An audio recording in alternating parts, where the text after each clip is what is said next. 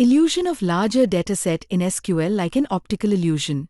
In visual perception, illusions such as the Café Wall Illusion make straight lines appear slanted because of surrounding patterns. Similarly, in databases, the structure and arrangement of data can create a false impression that the dataset is larger or more complex than it really is.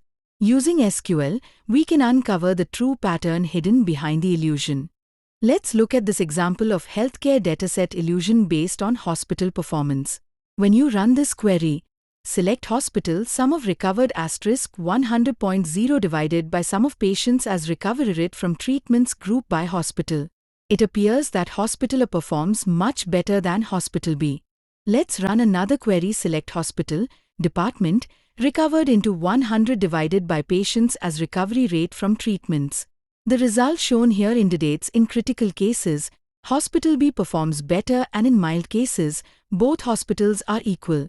This healthcare dataset suggests hospital A has a higher recovery rate.